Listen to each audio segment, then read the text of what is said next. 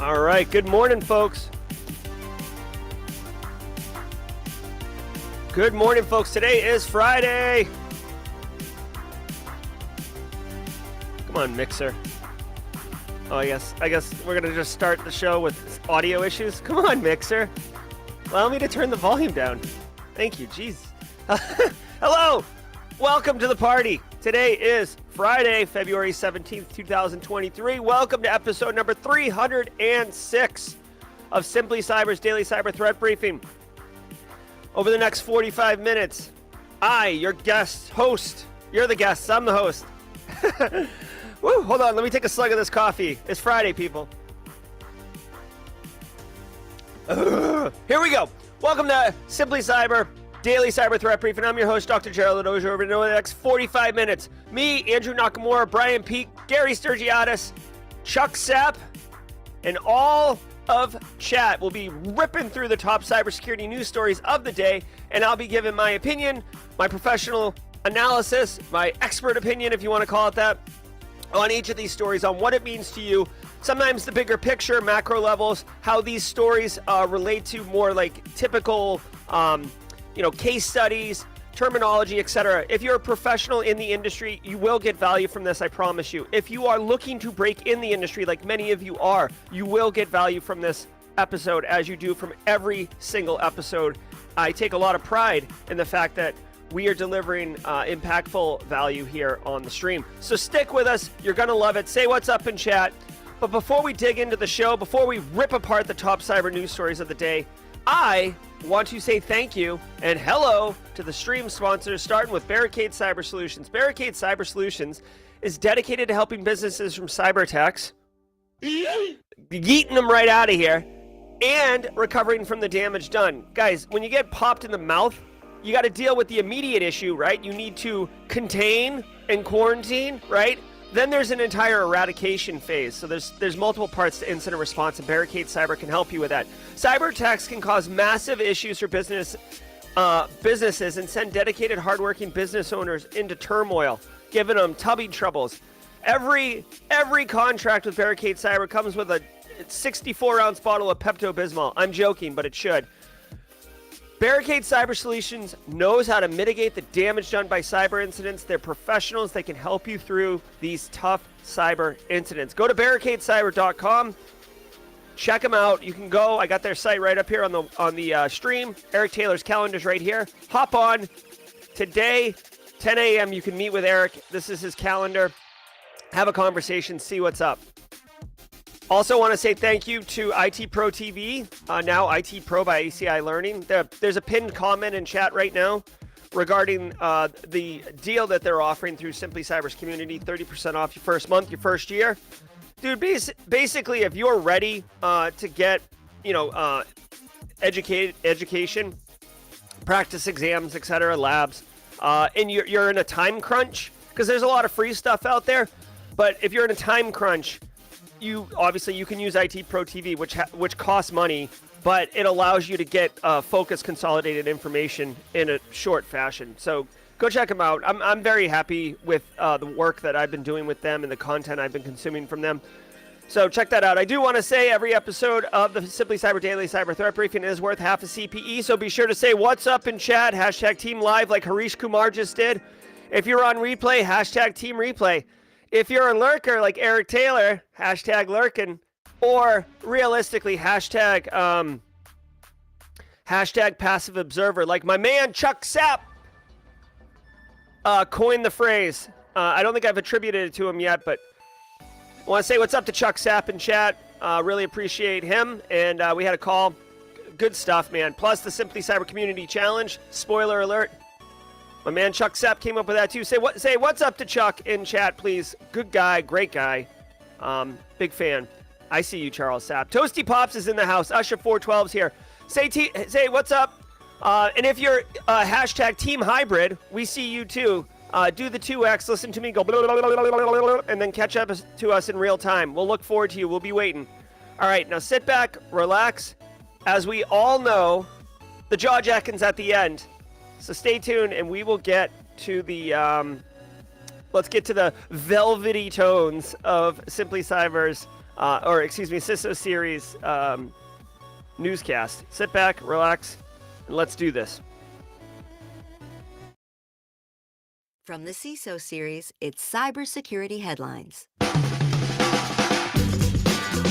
It's Friday, February 17th, 2023. February updates break some Windows Server 2022 VMs. Microsoft says some Windows Server 2022 virtual machines might not boot up after installing updates released during this month's Patch Tuesday. This known issue only impacts VMs with secure boot enabled and running on vSphere ESXi 6.7 U2/U3 or vSphere ESXi 7.0.x.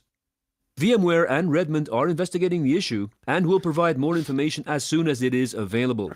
While currently there is no fix for impacted VMs, VMware provides admins with affected hosts with multiple temporary workarounds until a permanent solution is available. All right, so a couple things here, okay? Yikes. Okay, so this story is interesting and macro level picture. This story sucks for information security professionals, okay? And allow me to expand. We want you to patch your things, right? You should, IT people, or if you're in kind of a matrixed organization, a smaller organization, you might be responsible for patching stuff too. Your patching cycle, your patching methodology should be patching a couple, like the IT team should be patching their systems first. Then you should patch, have like kind of champions in each section of the business. So like a finance security champion, a sales security champion, whatever.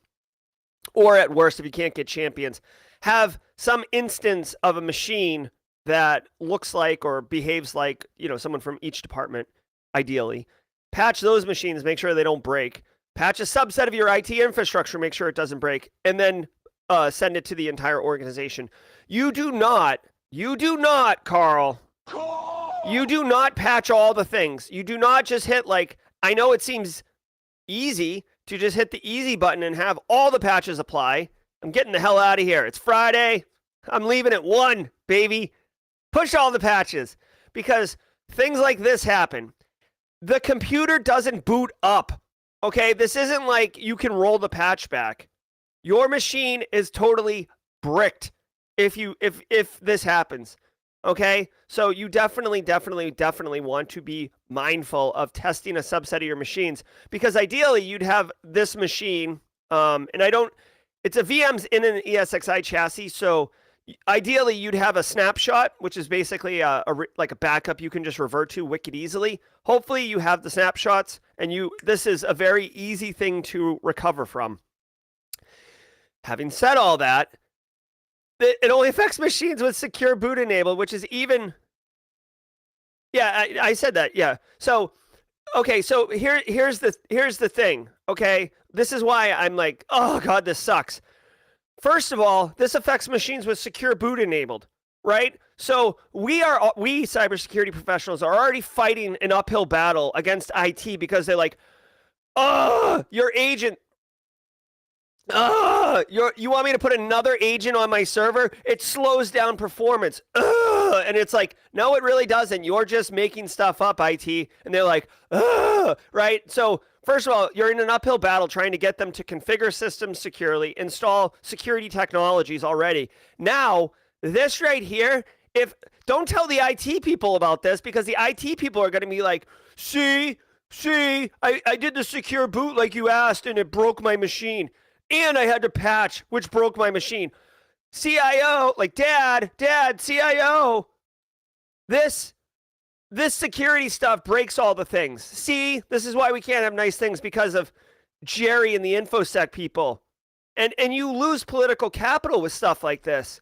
So this obviously Microsoft didn't do it on purpose. They are trying to deliver security to the masses. But this is one of those ones where you lose political capital and it sucks. It sucks, okay? So I would say if you are impacted by this, do your best to, bring a box of Krispy Kreme donuts to work on Monday. Don't say why it's there. Just Just put a smile on your face and start handing out glazed donuts. Business email compromise groups use Google Translate to target high-value victims. While attacking targets using multiple languages is not new, in the past, these attacks were perpetrated mainly by sophisticated organizations with big budgets and more advanced resources. However, a lower barrier to entry now exists that allows users to use Google Translate to instantly translate their malicious emails. One of these groups, Midnight Hedgehog, engages in payment fraud, posing as a company CEO to deceive recipients into making payments for bogus services, while the other group, Mandarin Capybara, executes payroll diversion attacks aimed at finance managers. This is according to research from the security firm Abnormal Security. Both groups have launched business email compromise campaigns in at least 13 different European languages. BEC attacks accounted for more than one-third of all financial losses from cyber attacks in 2021, totaling nearly $2.4 billion in damage for the year. And between July and December 2022, there was an 81% increase in BEC attacks. Yep. I personally am super pumped about this story, as the talk I'm giving in San Diego in April, it's around ransomware and business email compromise. No surprise that a new story would drop between now and then that I would be able to take advantage of. Business email compromise. I feel like business email compromise is the carbon monoxide of the cybersecurity world. It's like the silent killer. Ransomware gets all the pub. Ransomware gets the T-shirts made, right? At Black Hat, all the big booths, the multi-million-dollar booths are talking about battling ransomware, and business email compromise is just like hashtag Team Lurker over in the corner, like, yeah, keep talking about ransomware. We're over here getting paid. Straight cash, homie. Business email compromise. If you don't know what business email compromise is, I'll give you a brief intro, but you should absolutely take a note to get familiar with business email compromise. It literally, I'm not being hyperbolic, it literally is the second most prevalent cyber attack in the world right now. Ransomware is number one. Okay, denial of service is out there, but business email compromise, in a nutshell, it's where you trick a business into sending you money. And it can be as it can be as simple. I've seen it this simple. It can be as simple as just sending an email from, like, Joel Belton's ice cream at gmail.com, right? Sending an email to a finance person that you find on LinkedIn and saying, hey, this is Joel. We have an important merger with Baskin Robbins, and we need to send them money to this account by 5 p.m. or they're not going to throw in the Rocky Road ice cream. Do it, right? And the person falls for it and just sends the money, right? That's like the most basic, non-sophisticated, childish execution of it. And it can go all the way up. The most sophisticated way is where a threat actor spearfishes an executive, gets into their email, configures the auto forwarding of emails also to a threat actor controlled email. Then they monitor email communications for a few months, get a vibe on what projects are going on, what vendors are being used, what the tone of the executive is when speaking to the finance and accounting department, and then sending an email as the executive from the executive's account, knowing that the executive is going to be out because they've been monitoring, knowing who the vendors are and current APAR type activity is going on, and tricking the business into doing it. That's the more sophisticated one. We've also seen a sophisticated instance where the threat actor, like a legitimate invoice comes in, right? So Joel Belton ice cream, he buys 5,000 scoopers from a manufacturing company in Omaha.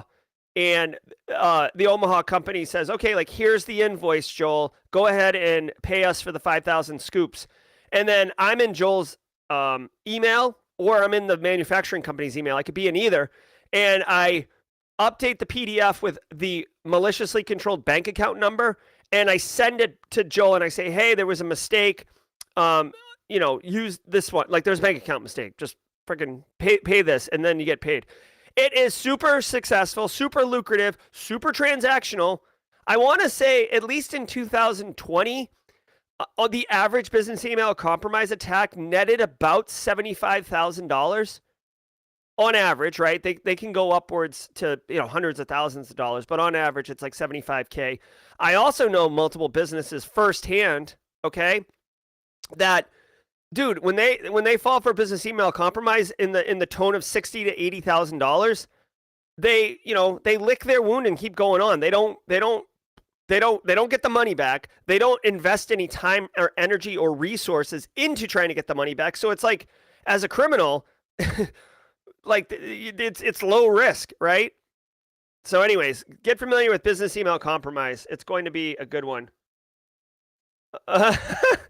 I'm seeing right now someone is potentially buying Joel Belton's icecreamshop.com's domain name. LOL. Very funny.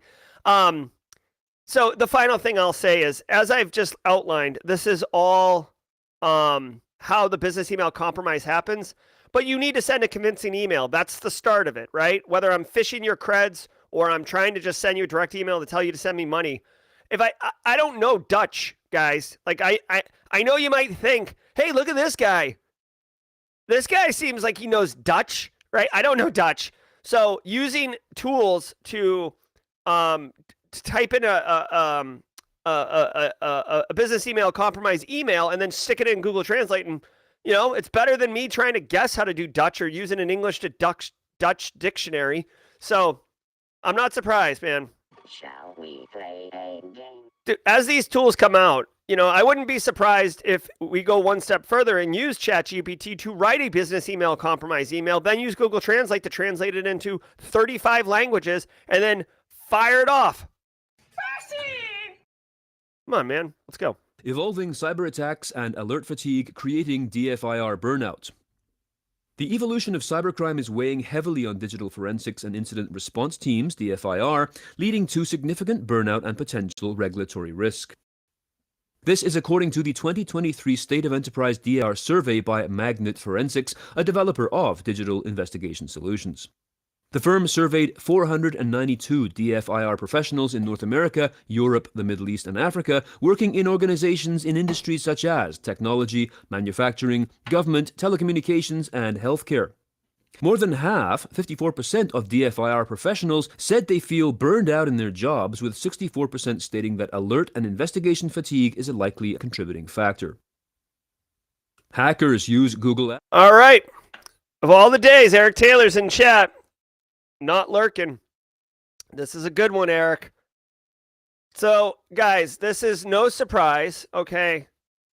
No surprise. Now, it says evolving cyber attacks in the title, but believe this. You could erase this first part, and this statement would still be true. Alert fatigue creating different burnout. Alert fatigue. Dude, when we talk on the show, or like I get asked all the time, different places, podcasts, whatever. There's more blue jobs than red jobs, okay? Like 4-1. And that's cool. That's cool, right? Eric Taylor, dedicated incident responder over at Barricade Cyber. Casually Joseph. People like BSEC or Matrix, right? It's not uncommon to work at an organization, especially if it's like, say, 1,000-person organization, and you're responsible for multiple things. I've been the CISO and the SOC team, okay? Like, someone's got to do it, and if you're in charge of information security and you don't have someone doing security operations work, then what are you doing, right? I mean, this is why I talk about MDR and Recon InfoSec when they were sponsored and stuff. Like, this is why MDR exists, because someone has to do the work. It's either you or someone else. If you're not doing SecOps work, you might as well be not wearing pants, right? Like out in public. So, but poorly tuned technologies. Like, here's the thing: mental health. We hear about it, SOC analysts all the time. Incident response. It's high adrenaline. As soon as you discover a threat actor in your environment, especially if you're not doing it all the time, it feels like, woo, like all systems go, like gotta go. Like hot threat actors, where are they at? Let's get the telemetry. Are we installed? Like, we don't have visibility. Oh, install Sysmon everywhere. Now what do we do with it? Oh, we got to push it to a SIM. Okay, do we even know how to use the SIM, right? Like, it's a whole thing. There's a reason why it's its own industry, or not industry, it's its own like vertical within our cybersecurity. But dude, if it's not tuned well, you get all sorts of false positives, you get all sorts of noise. You don't know, and you begin to become apathetic to the alerts. Okay? And it's not fair, but if you see just alert after alert and you're like excited and you invest your energy and you find out it's a false positive, it's very unsatisfying and it's very frustrating that you wasted your time on bull. So, like Stacy Loki, Jess Bishop in chat, right? Or if they are in chat, like it will grind on you, okay? So this is not surprising. And I want to let people know, one, if you're going to get into this space, be very, very aware of that this is a real thing and manage it, okay? Manage it correctly. Be mindful and manage it. Second, if you are in charge of people that do SecOps work, take care of your people. Be mindful that this is a thing. Like, if you're managing people that do SecOps, you should know full well that this is a real thing. No one who works in SecOps, by the way, SecOps, when I say SecOps, digital forensics incident response is a capability within security operations defense, right? There's more to it. You could be a SOC analyst, you could be a malware analyst, like you could do a bunch of different things. So when they say differ burnout, I think that they're being generalized. It's not specifically digital forensics incident response. It is security operations, which is why I keep saying it, okay? Or blue, sometimes you'll hear it referred to as blue teaming. Be mindful, take care of your people. This is a real issue in our industry, okay? This is why a lot of people medicate, honestly. This is why a lot of people drink, smoke.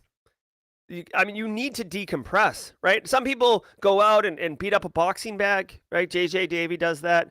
You got to have a decompression mechanism. Ads to spread fatal rat malware disguised as popular apps.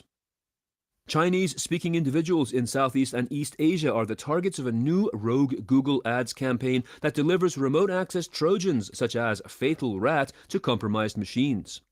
The attacks involve purchasing ad slots to appear in Google search results that direct users searching for popular applications to rogue websites hosting Trojanized installers. This, according to ESET, in a report published on Tuesday. The ads have since been taken down, and some of the spoofed applications include Google Chrome, Firefox, Telegram, WhatsApp, Line, Signal, and Skype. Okay. So this is a recurring theme. Obviously, in my opinion, if I see multiple threat actors using the same techniques, all it tells me is that those techniques are proving successful.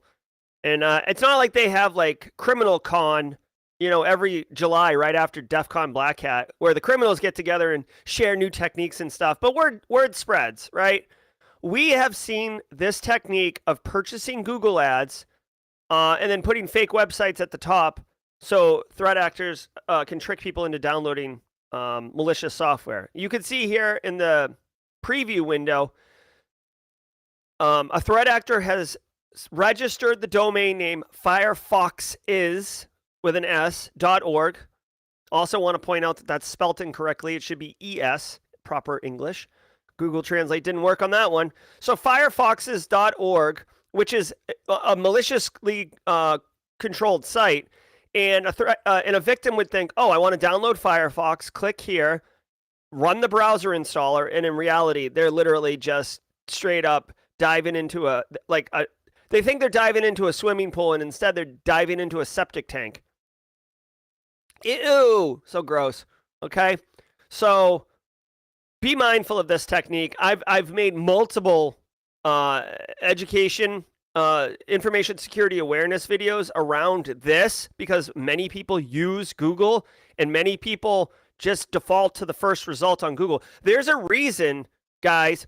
There's a reason why marketing people and search engine optimization, SEO, there's a reason why people bust their hump to get on the first page of Google's results, because 90% of all people that use Google don't go to page 2 or heaven forbid, page 3. Like, you might as well be in the wastelands. Page 1 is where it's at. And if you're at the top of page 1, that's a double-fisted, walking around like a tripod kind of move. but you can be there if you pay. Now, Google does make an effort to tamper this out when it's discovered, but it doesn't matter.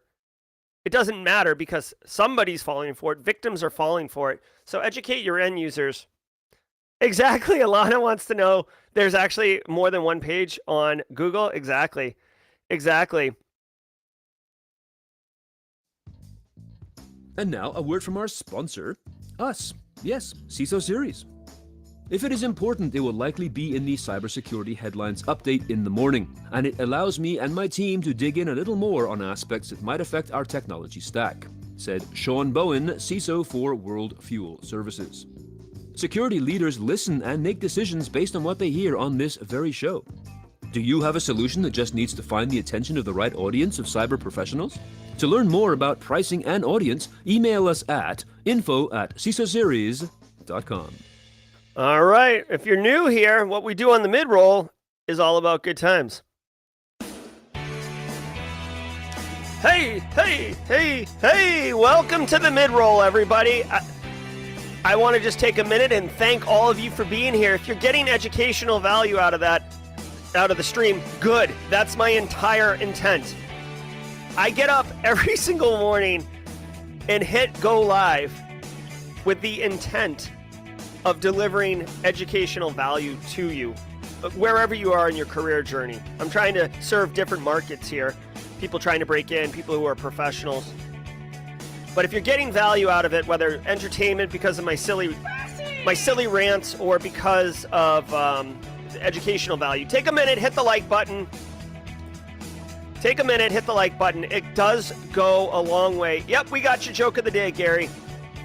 It does go a long way. Thank you again to Barricade Cyber Solutions. I see Eric Taylor in chat. Thank you, Eric Taylor, for the continued partnership with Simply Cyber.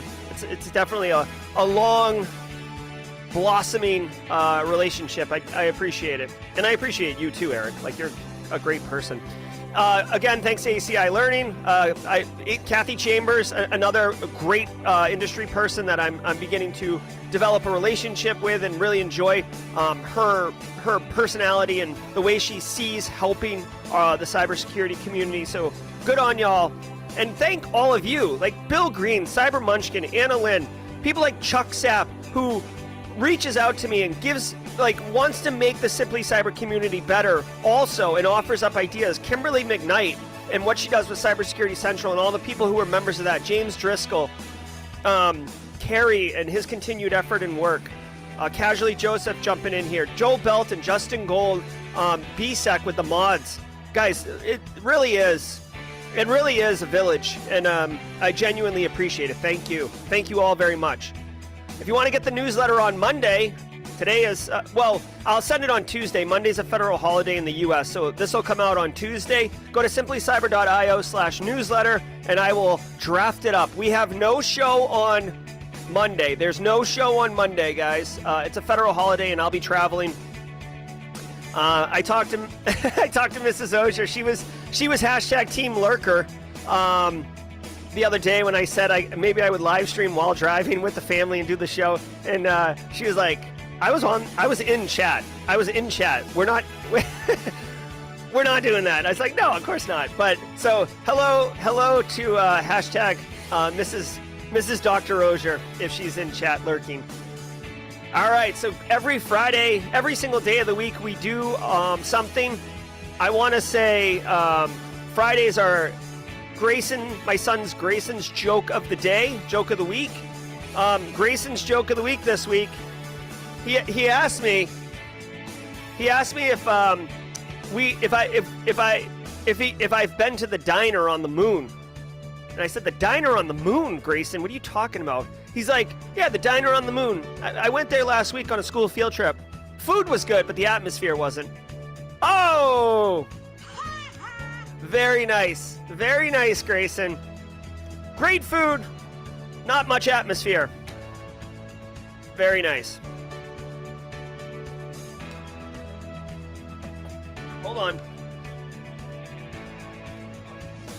Get our la la la la's going. La la la la. La la la la. All right. let's slide back in.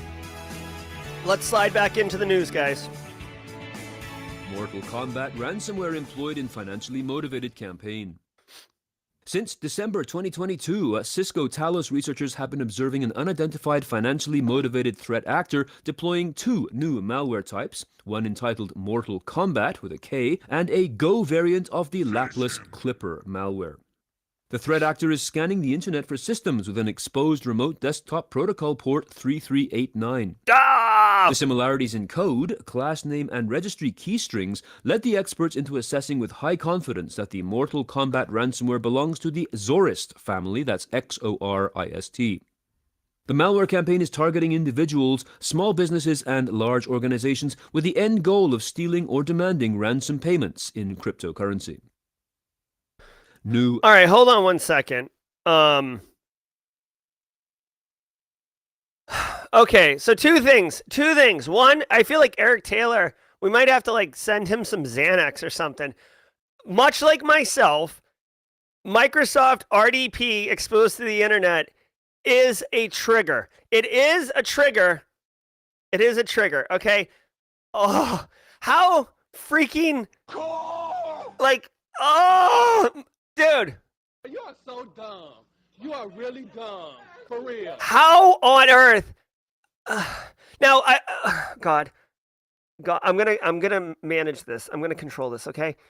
First of all, this process flow diagram by Talos is different than the way the story is reported. Okay.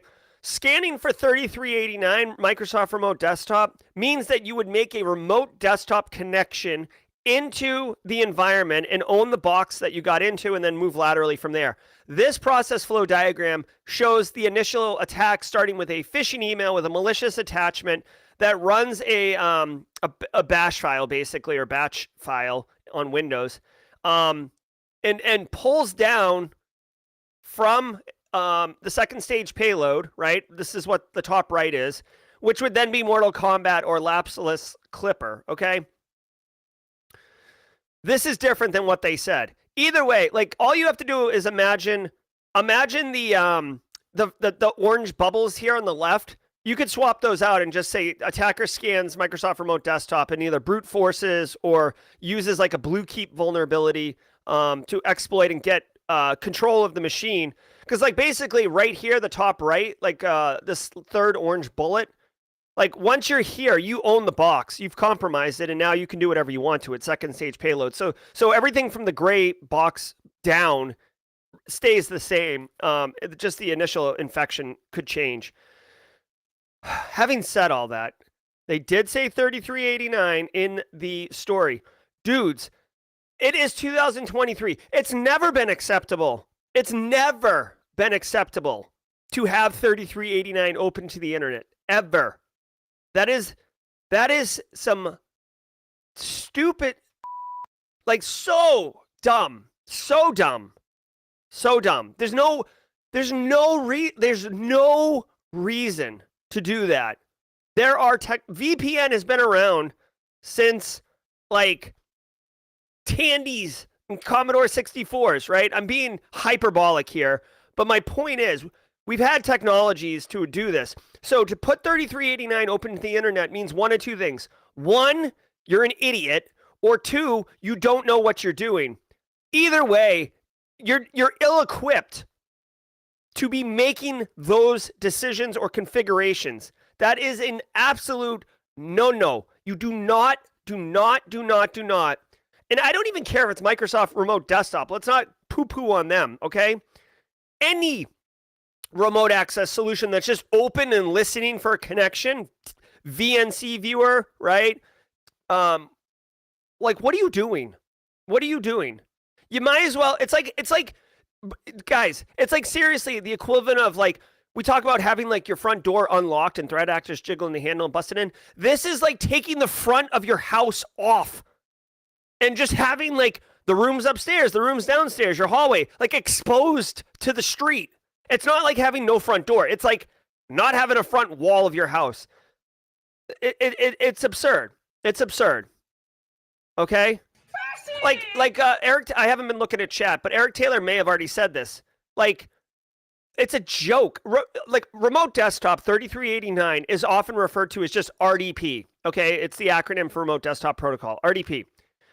Eric Taylor calls it ransomware deployment protocol because like that's how close you are to just getting ransomware, right? I mean, ransomware comes in many forms, fashions, deployment styles, etc. But my point is, you are making a grave security misstep and having massive amounts of risk by having remote desktop protocol open to the internet. It is unacceptable, frankly. That is what it is. It's unacceptable. Like, I wouldn't fire someone over it, but I would be super pissed and they would be put on like notice. Like, dude, this happens again. You are a liability to the company. Like, don't do that. All right? So just be mindful. I thought I was going to be cool about this. I am so pissed right now. It's not even my company. Like, it's a story, but it's like, oh my God. Like, we spend so much time, energy, and effort trying to do good, right? Oh, I've got NIST cybersecurity framework. I'm a level 2. We're trying to mature it to level 4. We've got budget. Everybody's on board. I'm doing weekly information security awareness. EDRs deployed. We've got detection engineers tuning it. We're making headway. Yes, yes. And then freaking Carl. I mean, what? It makes me so mad because I work so hard to like secure a business the right way, and it takes time and energy and effort and constant tuning, reviewing. It's hard. It's hard to build a cybersecurity program correctly. And this, I mean, God.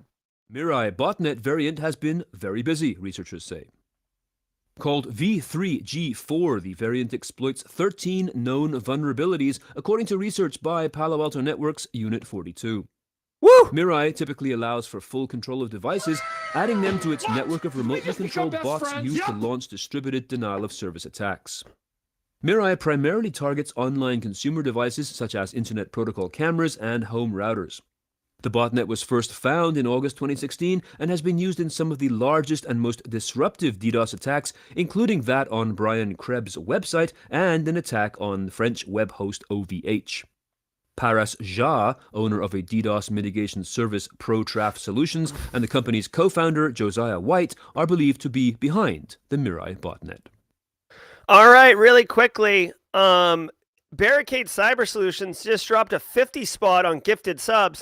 What? Did we just become best friends? Yep. So 50 people who are in chat right now are about to become Simply Cyber squad members. Welcome to the squad. Thank you very much, Eric Taylor and Barricade Cyber Solutions, not just for sponsoring the stream, but also doing good stuff. I see Mark Lester, Internal Stranger becoming members. Just go ahead and grab all those things up. B. Theo just became a member. Jacob Small. Guys, one of the benefits of becoming a squad member is getting access to the special emotes, right? So definitely take advantage of that. Here's the spicy one for me losing my mind a minute ago. Here is, oh man, Hacker Man. There we go. Hacker Man for Eric Taylor and John Strand. Blowing stuff up. Just boss moves all over the place. Eric Taylor, thank you so much. All right, let's get to the story here. New Mirai botnet variant. Okay, a couple things to know here. One, if you've never heard of Mirai, definitely take note. Okay, this is like a really strong recommendation. Okay, Google Mirai botnet and read about it. It started in August 2016. I'll spoil a little bit of it for you. The developers end up being 2 students out, or 3 students. One was like a mastermind. 3 students out of Rutgers University in New Jersey. And the entire intent of the Mirai botnet originally was to be a distributed denial of service weapon to knock off Minecraft servers from the internet, with the intention that the Rutgers threat actors that had developed Mirai, they hosted a Minecraft server, and their goal was, by knocking their competitors offline, players would go to their Minecraft server, which was generating revenue, and they would make money. That was the intent of Mirai. Now, here is what's interesting. There's a couple things about Mirai you need to know. One, it was very successful at its spreading mechanism. So it could spread very quickly. I think at its peak, it was like 600,000 nodes in the botnet, which made it very powerful for directing attacks. Okay, so there's like the infection and the spreading mechanism. Then there's like the attack mechanism, all right? And a couple other things. The FBI was onto them, and it wasn't disclosed publicly, but the FBI knew it was the Rutgers guys, and the Rutgers guys did not know that the FBI knew it was them, but they did know that they were going to get in trouble, right? So in their freaking, moment of brilliance, they released the source code to Mirai on GitHub. Now, the intention here was that by releasing it, they knew other people would pick it up, and they thought they would be able to like hide in the noise. Think of it as like V for Vendetta, right? V is wearing the Guy Fawkes mask, and it's very easy to tell who Guy Fawkes is because of the mask. So he distributed Guy Fawkes masks to everybody. Now everybody's protesting wearing a Guy Fawkes mask and blending into the scene. So Mirai was hoping for the same thing. Oh, if there's threat actors all over the world using Mirai, they won't know. The FBI won't know who started it, and we'll blend back into the background. Well, the problem was FBI already knew who they were and got them arrested. They ended up serving, I think the mastermind one did like 18 months jail and had to pay back a fine or whatever. Fast forward. It was so successful that even today, February 2023, so 7 years later, Mirai continues to persist and be successful as a weapon, okay? And a lot of threat actors actually took Mirai and upgraded it, added new functionality, new capability. Now, here's something that I did not know about, and a guy named Marcus from Somerset Recon out in San Diego informed me of this, and I was stunned. The way Mirai spreads, so I knew about this. Mirai randomly generates IP addresses and then attempts to connect to those IP addresses, right? And then it goes through a list of hard-coded default manufacturing credentials, right? So say Netgear devices do admin, and, Ubiquity devices, it's like admin password, right? Whatever it is, there's like 60 or 70 default username, password credentials in the Mirai code. What's interesting is it connects over Telnet. Now, I thought Telnet was like a dead protocol, right? Like, who the hell uses Telnet anymore? Well, apparently, IoT devices are all on board the Telnet train. Telnet's like horribly insecure, and that's why people don't use it anymore. But anyways, that's how Mirai spreads. So when they say Mirai botnet variant, you should understand and appreciate the history of Mirai, that it's been around for a while, and that you can go on GitHub right now. If you Google GitHub Mirai, which I will do right now, GitHub Mirai botnet, right? Here we go. You too can own a Mirai botnet. This is on GitHub. 7,000 stars, 3,500 forks. Forks means people took the source code and made it their own, so maybe they added functionality, etc. Some people have ported it to Golang. Golang didn't exist in 2016, as far as I know. All right, that's the thing. This is why it's out there. Spanish and U.S. authorities dismantle cybercrime ring that defrauded victims of $5.3 million. Based in Madrid, the international criminal organization employed a sophisticated scam that involved phishing, Telnet's 23, I think, smishing, and vishing to trick victims into sharing details about their bank accounts to steal money from them.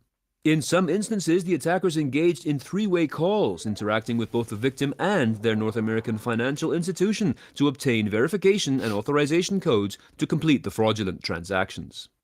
Law enforcement agencies in Spain, Panama, and the US, along with Europol, participated in this investigation. MetaBank. All right. All right. So, way to go, authorities, for dismantling a cybercrime ring. Based on the story, this was really, really involved, including having the charlatans, and that's what they were, con men, charlatans getting on the phone with the bank and the business to oversee the transaction. So this is next level fraud, and usually cyber criminals hide behind the keyboard, right? Like business email compromise. I flipped out earlier about the rampant use and threat of business email compromise. A lot of times the victims don't directly engage with the attacker, right? A lot of attackers don't want to do that because that's like, it's like more intense. Well, this Spanish criminal gang, man, they straight up socially engineer the crap out of you, probably lie about what they're selling or lie about what the relationship is, and trick you into sending money out. This is just good old fashioned fraud, right? Let me sell you a bridge. Let me sell you a beachfront property, oceanfront property in Arizona, right? To pull from a country song. Hashtag what's up, Texas? So yeah, I'm super pumped. Dude, I don't like crime. And when people are stealing money from other people, F you. You should get caught. You should go to jail. You should, like, justice should be served. I hate scammers, man. Criminals. Like, I get it. There will be crime, but F you. I'm so pumped that they did this. And it sounds like it was an international coordination, right? Spain, Panama, U.S., Europol, all involved in it. Once the money was transferred, the cyber criminals transferred it or converted it to crypto. I'm a crypto evangelist. I love it, love it, love it. Yeah. Hey, Joel Belton. Yeah, Scambaiter is a big-time YouTuber. I messaged him. It was probably like throwing a leaf into a raging river. Never heard back. It would be cool. But whatever. Anyways, I'm pumped. A win for law enforcement, a win for the good guys. Class action launched after a massive hack. A class action lawsuit has been launched against MetaBank over the health insurer's massive cyber attack last year. In what became the largest breach of its kind to date in Internal Australia, stranger. the hack resulted in the personal details and health claims of 9.7 million current and former customers, including 5.1 million MetaBank customers, being leaked. The lawsuit centers on the company's alleged failure to protect customer privacy. Remember to join us. All right, so that's the news. So, Internal Stranger, our Aussie friends, the Pacific Rim folks, oi, oi, oi, kangaroo, koala bear, just say all the stereotypical things. Fosters, Crocodile Dundee, MetaBank basically had a massive breach the other day, a couple months back, and a class action lawsuit's being brought against them. You guys, if you're familiar with the channel, I freaking hate class action lawsuits. I feel like the victims actually don't get anything, and the lawyers are basically pick carcass of the victims in order to get a payday. Legislation was passed shortly after MetaBank was hit in Australia to financially fine companies that did suffer cybersecurity breaches. I'm still waiting to see a big breach happen and what the how that law is applied. But we will see. We'll see. So, Internal Stranger, keep us informed, if you will, or any members of the Simply Cyber community that are in Australia. I saw Internal Stranger get one of the squad memberships that Barricade Cyber Solutions gifted. So I know they're in chat right now, but we'll see how this goes. There's not much here, guys. Like, if I had to speculate, let's get the tinfoil hat Jerry going really quickly. If I had to speculate, all that's going to happen is this lawsuit will go on for 18 months. You'll forget about it. 18 to 24 months. You'll forget about it. And then you'll get a check in the mail for like $3 sometime in 2026 talking about this is your redemption from being a victim of the MetaBank. And, some lawyer or bank of lawyers at Baker McKenzie are going to buy a new boat.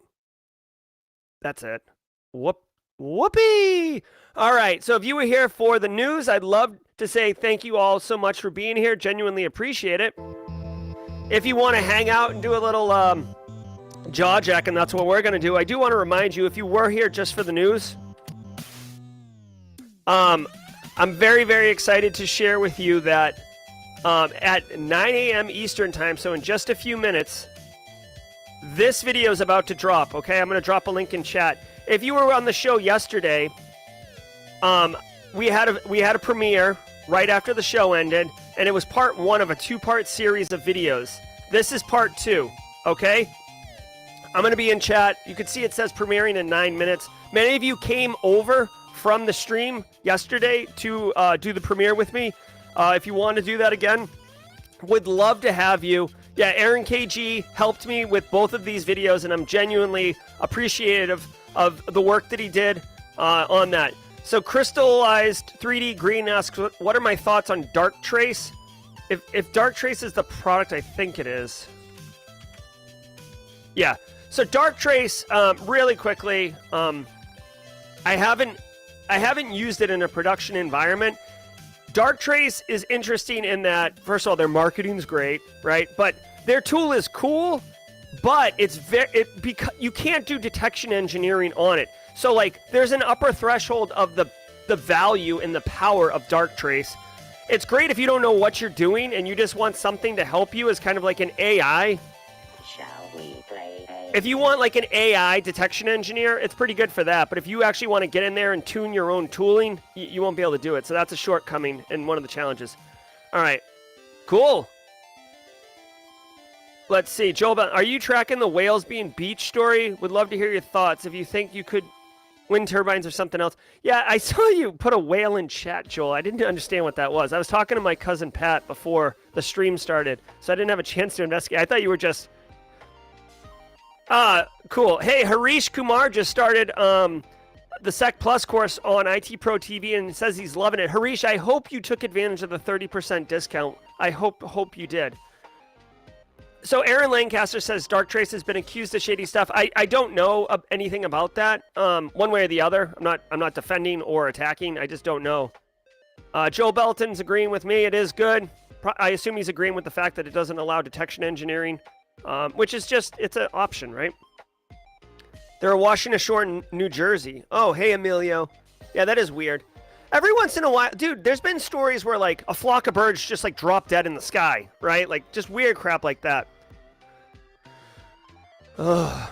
Yeah, good luck on the Sec Plus, Harish. What I would challenge you, Harish, is when have you scheduled to take the Sec Plus? That I always find putting it on, like scheduling it, that makes it real. Now you have a deadline you got to work to. Mega Brood, I have 2 years at Help Desk working on Google IT support and want to get my Linux Plus. Should that be enough to get into cyber? It'll certainly help. It'll certainly help, Mega Broad. It'll certainly help. Do networking. If you're at Help Desk right now, I would strongly recommend that you try to engage whoever is responsible for InfoSec at your business. Don't say, hey, I want your job, or hey, hire me onto your team. Do something better. Engage them and say, hey, I work on Help Desk. Like, how can I help you move forward your cyber program? How about every time I talk to a customer on the phone and reset their password, I tell them about multi-factor authentication, or I tell them what passphrases are. Would that help you? Begin to deliver value to your InfoSec team. And, oh, by the way, I really want to get into InfoSec. If you have any thoughts on how I might be able to get in, I'd love to hear them while I'm championing your causes. And then I guarantee you, next time they have an opening, you'll be the one they think of. 30% is the no. The 30% is permanent. Amigos 182. There's a pinned comment in chat. If you go to the pinned comment in chat, I just dropped it down on the screen. You can see it. That will work. Simply Cyber 30. Take it easy, Morehouse Hacks. Schedule it. Schedule it. Cool, Anna Lynn. Fairly small org, wear a lot of hats. Sysadmin, net engineer, cyber analyst. Yeah, Crystallized 3D Green is wearing many hats at a small org. That's pretty common. That's actually, I would say that's more common than not. There's a lot of businesses out there. That's right, Alana. It's all about the networking. Let's see. Trying to talk with security part of the company now. Let them know how much I love security. That's right, Haircut Fish. That's the way to do it. Guys, when I say network and share, this is something, okay, this is something that I've said before, but it bears repeating every once in a while. I cannot, there's no, like, networking is vitally important, period, okay? Secondly, I can't give you a schedule. I can't say, network for 3 weeks and you'll get a job. Network for 6 months, you'll get a job. It's different for everybody in every situation. It's a very dynamic, organic thing. But what you need to do is plant a bunch of seeds, right? Here's an analogy. Plant a bunch of seeds. That's beginning to network. Water them, okay? That's delivering value to the people that you're networking with. Deliver value. That's important. Some of the seeds are going to grow. Some of them won't grow. You don't know which ones are going to grow and which ones aren't going to grow. The ones that grow, some of them will bloom into a beautiful flower, and that's the opportunity that you will get. I can't give you a timeline. I can't give you a date. I can't tell you which seed is the one that's going to bloom. But don't think of it as a transaction. Think of it as a mindset and a philosophy. I am going to deliver value to the community. I guarantee you it will return the favor at some point. I can't give you a timeline. What do we got here? Network engineering, alert fatigue is real. Yes, it is. Build relation. Yeah, Aaron KG's nailing it. Takes a while, like Jerry said. Start planting the seeds. That's right, Anna Lynn. Love me some networking. Guys, if you got a chance to see it last night, if you didn't, it was definitely a really great show. Last night, I met with Zach Hill on the channel. You can see the link right here. I'll drop a link in chat if you're interested. Zach is, he's a treasure to our information security community, and a really great guy. Definitely a lot of value in that stream. Also, just to tease something, I'm working on a bunch of courses. I've told you all that. Zach and I talked. I don't know when this will happen, probably in the summer, but Zach and I are going to do like a 3-hour live stream. Like, we ended it at like an hour and 12 minutes yesterday, and we had so much more to talk about, and we actually wrapped for a few minutes after the stream ended. So we agreed. Like, I'm like, dude, let's just do like a 3-hour, like, anything goes stream. And he's like, yeah, hell yeah. He's like, tell me the day, I'll be there. So we're gonna do that here.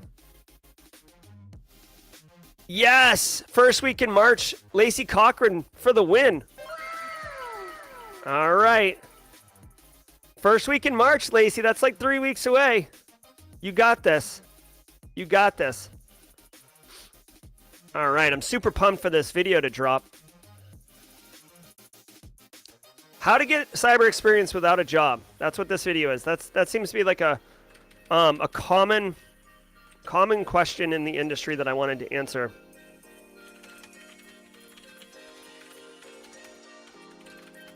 There we go. Oh, thanks, William Welch. Reading the book right now. Speaking of that, I forget. This is so ridiculous, but I forget that I wrote a book. Cybersecurity Career Master Plan. It's actually available in audio format now, audiobook. The audio version just released last week or 2 weeks ago or something like that. Have a good one, Not Only IT. Yeah, thank you, guys. I'm glad you enjoy the book. Here's the thing. I practice what I preach, guys. I practice what I preach. I Jerry, try very hard to deliver 10x value to the Simply Cyber community, to you. Right? So I like this book. Like I put a lot into this book. My courses, I put a lot into those courses. I hate people who are like, oh, like I don't want to name anyone, but like I've seen multiple things where it's like, here's a $125 course. And like, it's basically like 3 videos on how to like fix your resume. And it's like, dude, you are like, you're not scamming people, but you're not really delivering the value. Like, I don't mind about making money, like get it, but like deliver value, for crying out loud. Ooh, looks like the stream just started. I'm going to go ahead and end the stream and go over there, guys. So hopefully you can join us in the premiere. Thanks to Grayson for the joke of the week. Thank you all. No show on Monday. I'll see you Tuesday at 10 a.m. Eastern time for the next daily cyber threat briefing. Take care, everybody.